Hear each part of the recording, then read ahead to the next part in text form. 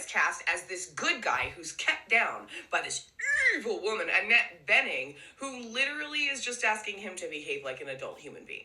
But he wants to quit his job, sit in the garage all day smoking pot, hit on his daughter's friends, and talk about how crappy his wife is. And in that situation, I'm not seeing how crappy your wife is. As a 13-year-old who had a lot of issues with men, seeing this actually created a norm for me. This is why I can't stomach Euphoria. This is why I can't stomach most movies made by men. Because their point of view, Quentin Tarantino, I've done videos about him, so many of these men are sick forks. And we have to sympathize with the wrong person. Okay, I have so much to say about this. Go watch the video, it's linked in my caption. As a survivor of Inchmest and a survivor of multiple adult men who targeted me, I didn't realize that that is such a bad thing. That I was somehow a victim in that scenario. That I didn't ask for it because it was normalized so much back then. It still is. But let's look at some other examples. I could do I could do 5 videos on American Beauty alone. I just don't know if I could stomach watching it. All the issues I talk about, I hated Annette Bening's character. I believed that she was the bad guy. Like, what? Oh my God. I mean, the movie poster alone, it's like, you realize this is a teenager's stomach? This movie won awards, y'all. Made the biggest awards ever. And we were just like, wow, what a great movie. This was my favorite movie my senior year of high school. All right. This made him famous. This is still a running joke. All right. I keep getting older and they stay the same age. Like, how? What? Like, this is grape. Ha. Yeah, but it's funny. Another movie that really messed with me, Poison Ivy. Man, no wonder Drew Barrymore was so messed up for so long. This movie actually convinced me that teenage girls are teases. Oh, and by the way, it won an award too. Sundance Grand Jury for Best Film. That's a massive, that's big. Spirit Awards, that man is 42 years older. A 16-year-old and a 58-year-old. How? I never realized the age gap in this movie. Oh, Pretty Woman, I love it. To be Julia Roberts. 21? I thought she was way older for some reason, and he's 40. She's in college. She's not in college, but I was in college at 21. But you know what? This happened to me too. A man in his 40s, a climber, when I was, 21, groomed me, tricked me into dating him. He was nasty. He had no hair and a mustache. He wore socks. I felt so bad about myself for so long, thinking that was my fault. I never wanted to date that man. I just wanted to climb. I just wanted to learn how to climb. And then and now when I look back, and then my sister helped me see this in Friends, I was like, oh my God, he tricked me. I thought I led him on. I never led him on. That's a whole nother video. I mean, it's not just men, MILF. That's where we get this from. Unless, right? Pretty sure this movie, American Pie, normalized MILF. Men, this is not good for you. This is why y'all are suffering so much. You don't take your own abuse seriously.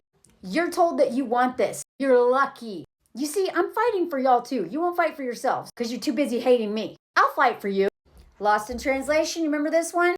Nasty old man. I know, it was platonic. Or was it? Because they did have a passionate kiss and were a little too close.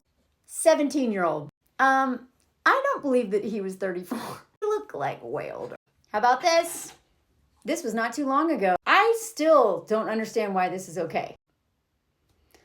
I know I've heard arguments in favor of this, but I'm sorry. I don't care what age you are. If this was a girl instead of a teenage boy, if this was a teenage girl, I would not be okay with this. It shouldn't be any different. I don't know. Maybe I'm wrong. This is not my lane. I have a problem with it though. It seems messed up. How about this one? Like, look at the way they talk about this. There's an article being like, we're supposed to sympathize with her. She fell in love with her student. This is messed up. This harms all of us. Just because it's a woman doesn't make it any less okay. And they're like, she was viciously exposed. She should be. I remember watching this movie. I saw this in the theaters and I was like, I did not even know what it was going to be about. I was like, oh, I love to go to movies by myself. I just showed up and I was like, I just remember even back then, before I'd have even more healing and come to terms with my own history of being preyed on by adults, I was like, what? God, they write about it. She's superb as a vulnerable teacher, knowing what she's doing is wrong, but then is stunned at the level of treachery the older, brilliant woman, brilliant blade who lashes out at her. It is a sensual film. Y'all, we got our classics, Lolita.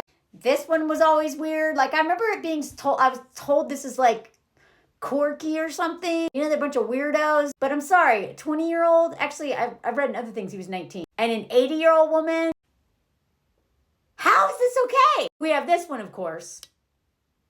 Not okay. This one, of course. Now, this one has even bigger problems with the whole butter thing. But just the age gap alone, 20-year-old, 45-year-old, I totally forgot about this one. 48-year-old man, 22-year-old. College age.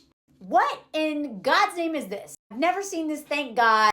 73-year-old and an 18-year-old. And I mean, the list would not be complete without this man. You know how, we have learned by now that men's jokes are never jokes. And a lot of things that they say, the stories they tell, we know Cosby did it, we know Louis C.K. did it. So many men will just tell us what they're doing. We just can't even imagine this stuff would be true.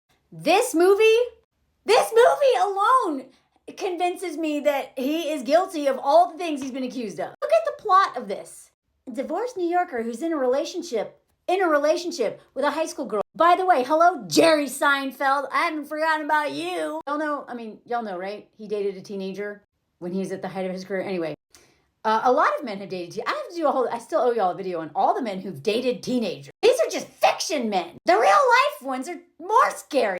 The problem is that Isaac considers himself to be far too mature to be in a relationship with this little girl. And so he ends up falling in love with a woman of his age, the mistress of his buddy. Like, what? That's a whole nother level. But things don't work out, and Isaac soon realizes that Tracy was the true love and that she loved him with all her heart despite his arrogance and narcissism. Oh, this is next level gaslighting, being like, you know what? She's putting up with him. He's arrogant. You know, he's a narcissist. He admits that. But she's his real true love. God! Look at the summary here. But perhaps life is just a beautifully wrapped up box of missed chances. And it's this realization that makes Manhattan so profoundly moving. And my list would not be complete without this scene, which leaves rent-free in my head. And I really want us to stop laughing at inch-mess jokes. I know it's really easy to make fun of Southerners, especially white Southerners. As a white girl growing up in the South, this movie made me not think it's such a bad thing, that it's abuse, that it's criminal for your dad to make out with you. Remember this scene? I'm going steady and I French kiss. So everybody does that. Yeah, but daddy says I'm the best at it. Funny joke. As someone from the South, I get it. It's oftentimes true. Usually people are ignorant, uneducated, and then all the bad things, right? Racist, sexist. I really understand why it's easy to make fun of rednecks, especially as a Southerner myself, and, make inch-mess jokes. I just hope that we're more careful when we talk about it, because inch-mess, it is not two people doing that. It is one predator grooming and graping another person, usually a child. And the fact that it is someone they're related to creates a kind of mind fork that person usually will never survive without an enormous amount of therapy. And inch-mess survivors almost always turn to addiction and later schmoozide. I am lucky I'm alive. And one of the reasons why I minimized it, I never recognized that I was a victim, was because it's just like a joke. And if we laugh at it, and like she said in her video, watching so much stuff like that profoundly impacted the way I told my own story, which is why I talk so much about movies and TV from before. If it gives you some sort of comfort knowing why you normalized, it came from them. All the stuff we consumed normalized it. No more.